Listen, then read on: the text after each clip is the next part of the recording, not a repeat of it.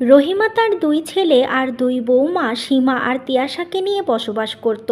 তার দুই ছেলে রাহুল আর অভি একটা প্রাইভেট কোম্পানিতে চাকরি করে, তাই তাদের দিনপথ বেশ ভালোভাবেই কাটছিল। এমনই একদিন,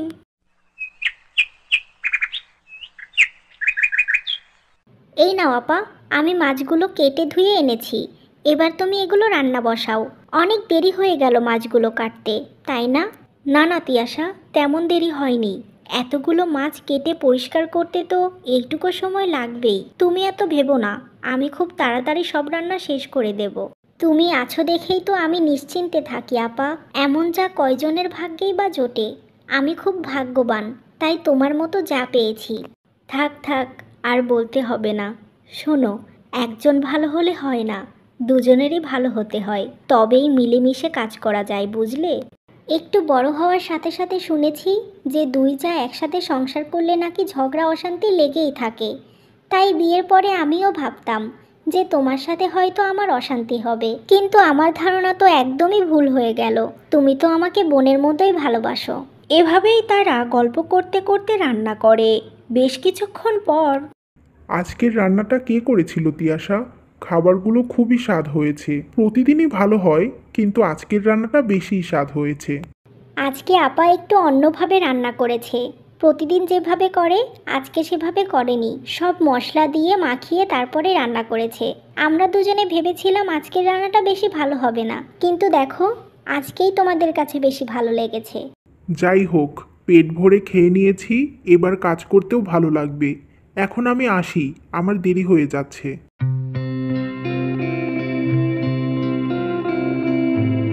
শোনো, আজকে কাজ থেকে আসার সময় ফুচকা নিয়ে আসবে, সবাই মিলে মজা করে খাবো। অনেক দিন হলো বাড়িতে বাইরের খাবার আনা হয় না। ঠিক আছে, আমি বেশি করে ফুচকা নিয়ে আসবো। তুমি তো আমার কাছে কখনো কিছু চাওই না। একটা জিনিস আবদার করেছো, আর আমি নিয়ে আসবো না? ঠিক আছে, তোমার আর বেশি কথা বলতে হবে না। এবার তুমি যাও, ভাই মনে হয় বাইরে দাঁড়িয়ে আছে। হ্যাঁ, তুমি ঠিক বলেছ। ভাই নিশ্চয়ই আমার জন্য অপেক্ষা করছে। আচ্ছা, আমি তাহলে আসি। তুমি সাবধানে থেকো। এরপর রাহুল আর অভি একসাথে অফিসে যায়।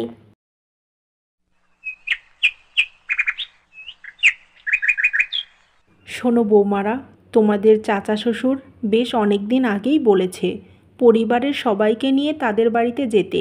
চলো না, আমরা কিছুদিনের মধ্যেই তাদের বাড়িতে গিয়ে ঘুরে আসি। অনেক দিন হলো কোথাও যাওয়া হয় না। আমি রাজি মা, আমার খুব তাদের বাড়িতে যেতে মন চায়। আমি তো কখনো যাইনি, তাই যেদিন আপনি নিয়ে যাবেন আমি সেদিনই যাব। কি বলো আপা তুমি?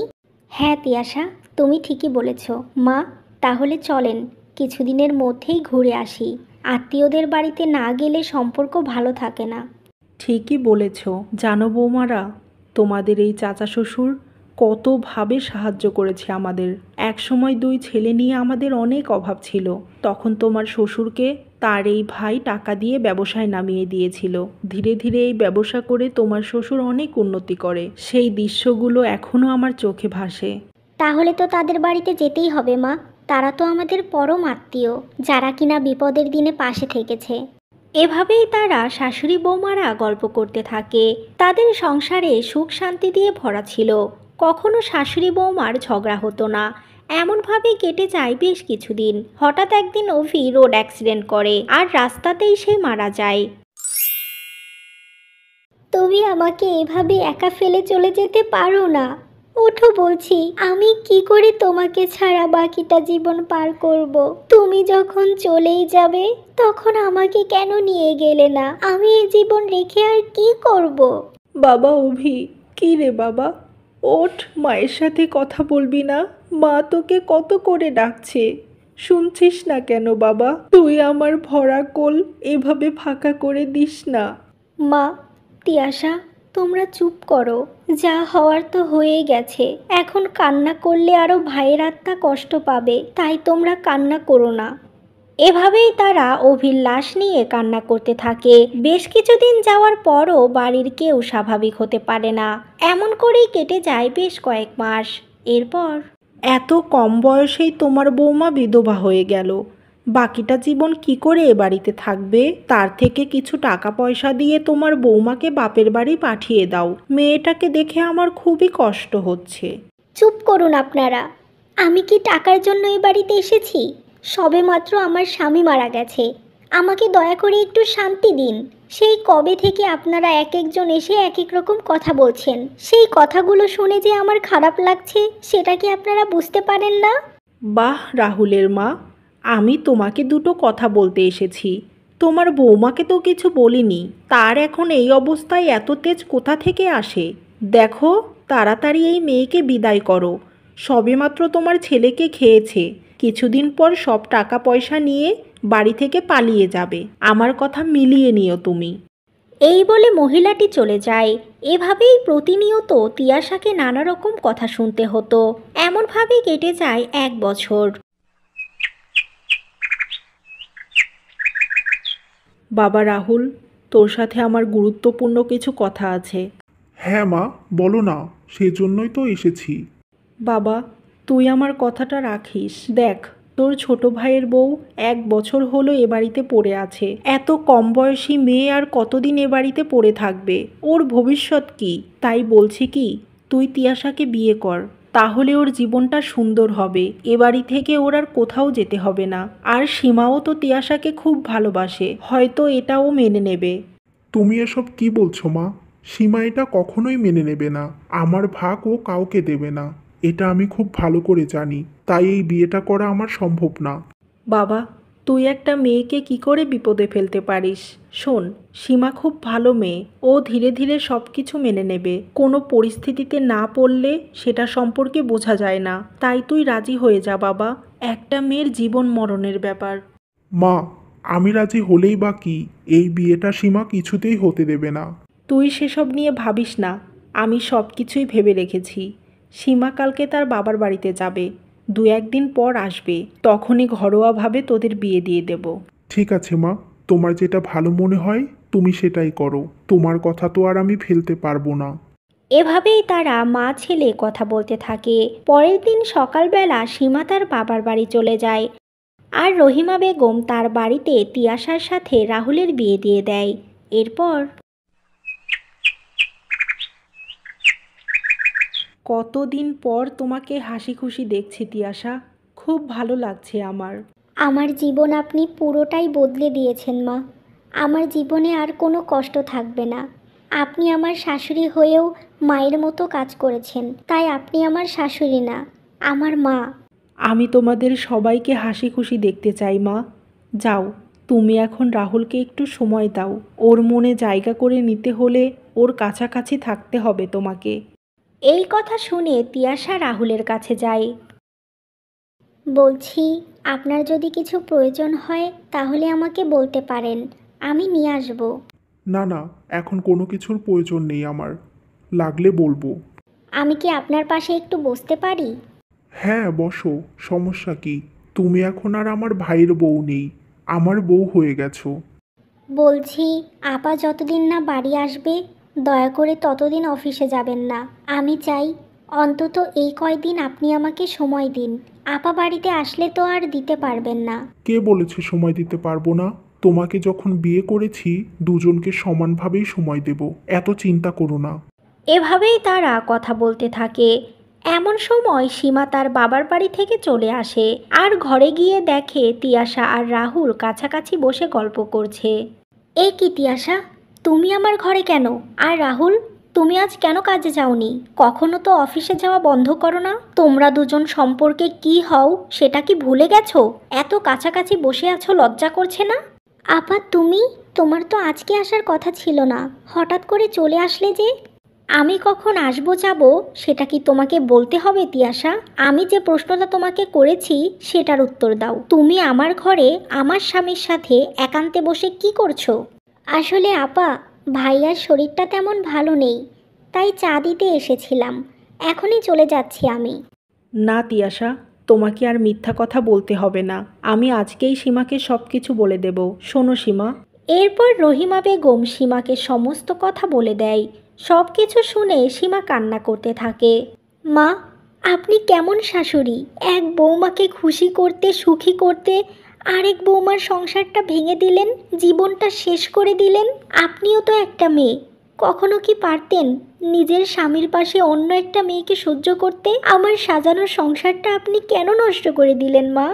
যদি পরিস্থিতি ঠিক এমন হতো তাহলে অবশ্যই মেনে নিতাম। আর আমি তোমার সংসার ভেঙে দেইনি বৌমা। তুমি আগে যেমনভাবে সংসার করেছো ঠিক একইভাবে সংসার করবে, শুধু মাঝে মাঝে একটু রাহুলকে ছেড়ে দেবে, তখন তিয়াশাকে সময় দেবে।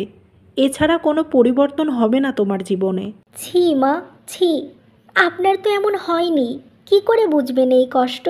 যত সহজ করে বলছেন এতটা সহজ না। আমি এটা জীবনেও মানতে পারবো না। আমার স্বামীর পাশে আমি অন্য কোনো মেয়েকে সহ্য করব না। সীমা, তুমি এভাবে বলো না। কেউ দ্বিতীয় বিয়ে করলেই যে খারাপ হয়ে যায় এমন তো না। আমি তোমাকে আগের মতোই ভালোবাসবো, আর এখনও বাসি। তাই তুমি এই বিয়ের বিষয় নিয়ে এতটা সিরিয়াস হইও না। হ্যাঁ আপা, তুমি আমাকে ভুল বুঝো না। আমি তোমার কোনো কিছুতেই ভাগ বসাবো না। শুধু একটা নিজের ঠিকানা করার জন্য বিয়েটা করেছি। আমি তো মেয়ে মানুষ, আর কি করতাম বলো? চুপ করো তুমি। মেয়ে মানুষ মানে? মেয়ে মানুষরা এখন সব কিছু করতে পারে, আর তুমি কিছু করতে পারোনি? তোমার আসলে লোভ হয়েছিল। আমার সুখের সংসার দেখে তোমার সহ্য হয়নি। তোমার সাথে আমি আর একটা কথাও বলতে চাই না। তুমি আর কিসে ভাগ বসাবে? আমার জীবনের সব থেকে মূল্যবান জিনিসটাই তো তুমি নিয়ে নিয়েছো।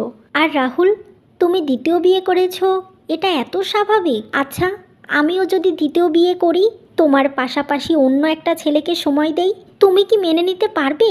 নিজের মনকে প্রশ্ন করো। এতই যখন তিয়াশাকে নিয়ে ভেবেছো, অন্য একটা ভালো ছেলে দেখে ওকে বিয়ে দিয়ে দিতে পারোনি?